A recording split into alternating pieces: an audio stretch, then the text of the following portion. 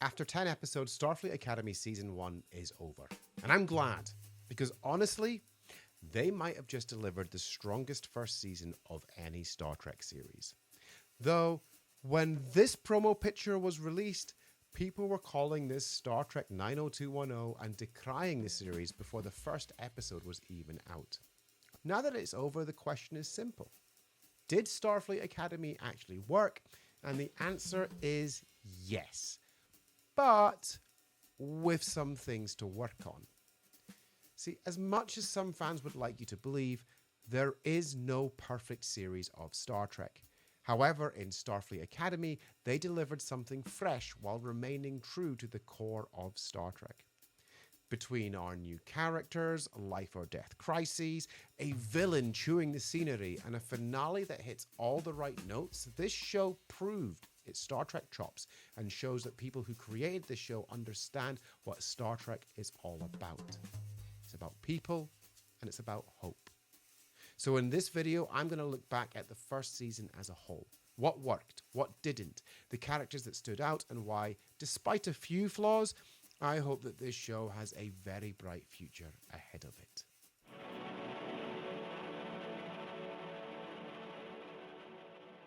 One of the things I consistently praised throughout my episode reviews is the way that Starfleet Academy handles its main cast. In the opening episodes of the show, it looked like Caleb would be our main character for the show.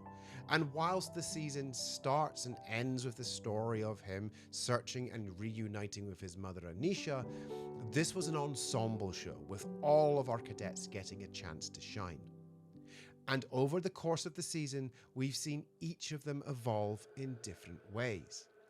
Jaden starts the show in denial of his Klingon warrior side thanks to his past. However, with support from Lura Thok, he sees the actions of his father in a more favourable light and he embraces being a warrior in his own way. And his instincts and loyalty to his friends make him one of the emotional centres of the group. Darim, well, he begins this season as well, a bit of an asshole. But slowly, episode by episode, we see him develop humility, self-awareness, and a genuine respect for the people around him, whilst still keeping that cocky attitude that somehow becomes endearing. And as a hologram, Sam fulfills the traditional outsider role we've seen across different iterations of Star Trek. Think Spock, Data, Odo, the Doctor, Phlox, or Saru. Her makers have made her as a 17-year-old, but she's only been alive for 4 months. And look, whilst her character did start to grate on me, a trip to her home world of Kask with Ake and the Doctor in the episode The Life of the Stars leads to one of the most emotional moments, not just in this show, but in all of Star Trek. Genesis is the most underwritten character in the main cast. While she did have her moments, such as using Caleb to gain access to the bridge so she could get her transcript, these moments always came as part of someone else's story. And the same could be said for Terima. Most of her development came in one episode early in the season before she makes sporadic appearances throughout the show. She's involved in big moments, but never becomes quite as compelling as the show clearly wants her to be. And lastly, we have Caleb. As I mentioned, we do start and finish the season with his story, but it never feels like he is the sole focus. His story, thankfully, bubbles away throughout the season without taking up too much time, allowing other characters the chance to have their moments. And Caleb is no exception to getting the moment of character development that the others have. We see him slowly lower his guard and realize that he has a home within Starfleet. And it is the lessons that he learns that leads him to save the day with words rather than actions in the season finale. The best thing about these characters, though, is that for the first time in Star Trek, young people are written as young people. And this is why, as a 43-year-old myself, I know I'm not the show's target audience, yet I still find myself really enjoying it. The show leans into young adult storytelling, sometimes chaotic, sometimes overconfident, sometimes melodramatic, and it all works. And to do a series based in Starfleet Academy, they couldn't just follow the cadets as they attended classes. It was only natural that we would see them get involved in pranks, rivalries, and other extracurricular activities. But these are used well to help develop the characters. Calica is used to instill humility in Datum. Debate class helps Jaden be at peace with his warrior side, and during their time together through a 4-day break, this allows Caleb and Genesis to grow closer. Incidentally, by the way, I think they make a much better couple than Caleb and Terima. And this being a young adult show, I really wouldn't be surprised if this does become a triangle.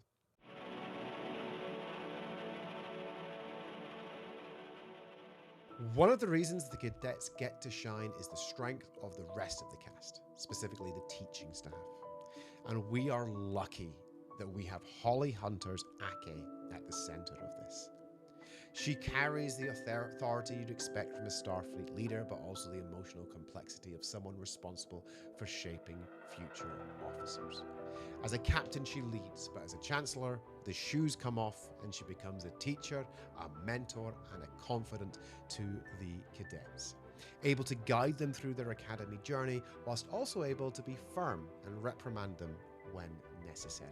Lura Thok, played by Gina Yashiri, was an absolute delight of a character, channeling her Klingon and Jem'Hadar sides to great effect, but also showing vulnerability with Jaden and certain other characters.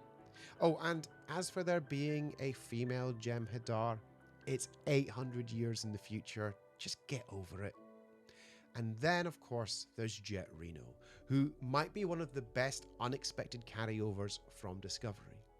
Her mix of sarcasm, pragmatism, and genuine care makes her a perfect mentor for the cadets, especially in the finale when she turns a life or death situation into a teaching moment. And lastly, the return of the Doctor gives lifetime Trek fans really something special.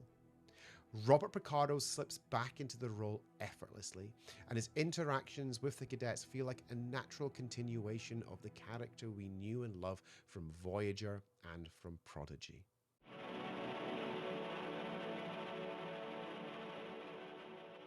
When you think of the great Star Trek villains, you think Khan, Gul Dukat, Kai Wynn, the Borg Queen, Q. Well, now we can add Nus Braka to that list.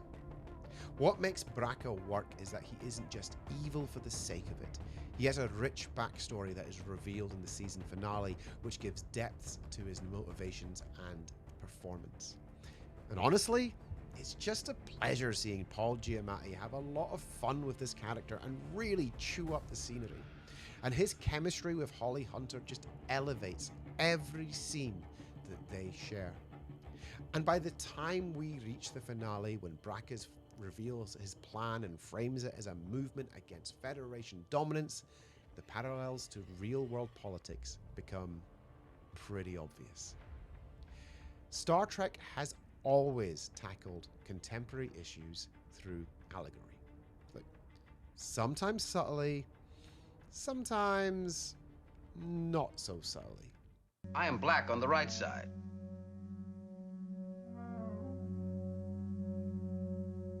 I fail to see the significant difference. Braka's ability to manipulate people, build a movement, and present himself as the solution to complex problems makes him feel less like a sci-fi villain and more like a political one, which, frankly, is exactly the kind of antagonist Star Trek does best.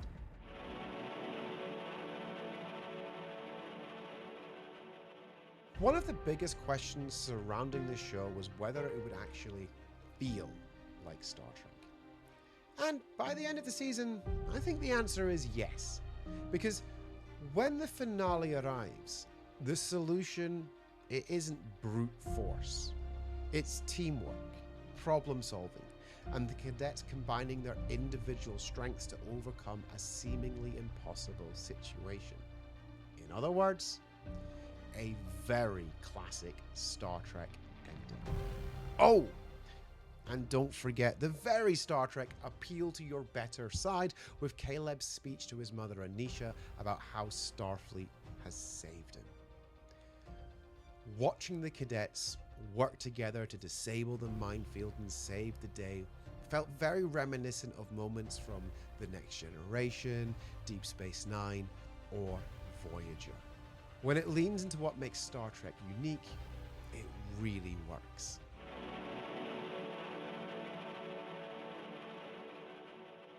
And look, the season, it wasn't flawless. There are definitely a few areas where the show could improve.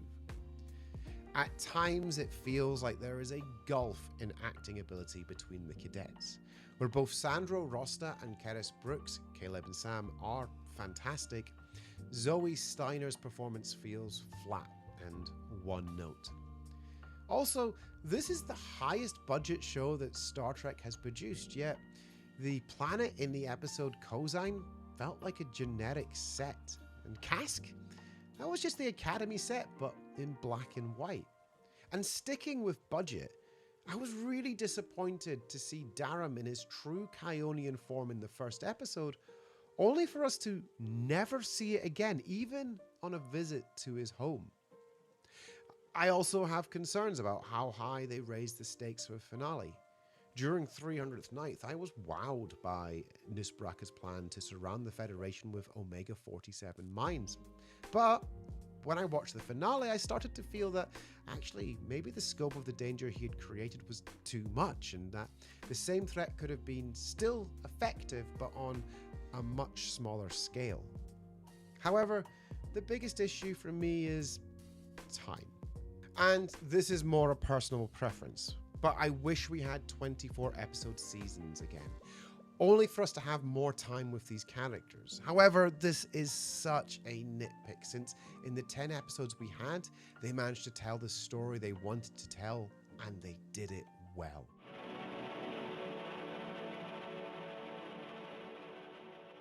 I don't want to dwell too long on this, as I've already made another video which you can check out right here. But if I can distill this down to 2 points, it would be these. 1. We as Star Trek fans need to do better to be better. And 2. We need to stop listening to the grifters and allowing them to monetize our rage. When it comes to doing better, what I mean is that we have to be more open to people having differing opinions to our own. Let's engage in good faith discussions about our thoughts on the series and stop ridiculing or putting down those we disagree with or have a different opinion from. And as for the grifters, they are making money from you. They are making you angry on purpose. I've been called a shill for being positive about this show, yet Giant Freaking Robot is literally putting out job postings for people who hate Starfleet Academy. I mean, if I wanted to be a shill and make money, then I'd claim to hate the show and decry it as woke nonsense. But I can promise you that I would never sell out like that. I mean, I'm always going to be fair and honest with my thoughts on the shows and the movies that I watch. And so should you.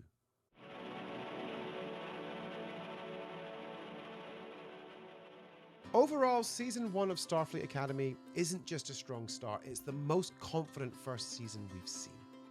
The characters, they're engaging, the performances are solid, and by the end of the season, the cadets genuinely feel like a group of people who could become the next generation of Starfleet officers. Is the show perfect? No. But Starfleet has never been and doesn't have to be perfect. What matters is this. After just 10 episodes, I actually care about these characters. And that's something Star Trek doesn't always get right this quickly. What it needs to do is continue developing these characters, expanding its scope and leaning into the elements of Star Trek that make the franchise special. Season 2 is already finished filming, and I'm genuinely curious to see what the cadets do next. So, if you're watching this, you've made it this far, and you've been sitting on the fence because of all of the online noise, ignore the grifters. This show is absolutely worth your time. And there you have it, my thoughts on Season 1 of Starfleet Academy. Now, let me know what you thought of the season in the comments below. What were your favorite moments? Who was your favorite character? And what do you want to see in Season 2? And if you enjoyed this video, please like it. And if you do want to join the discussion, make sure you're subscribed. It also helps me on the road to my 1,000 subscriber goal. Thanks for watching.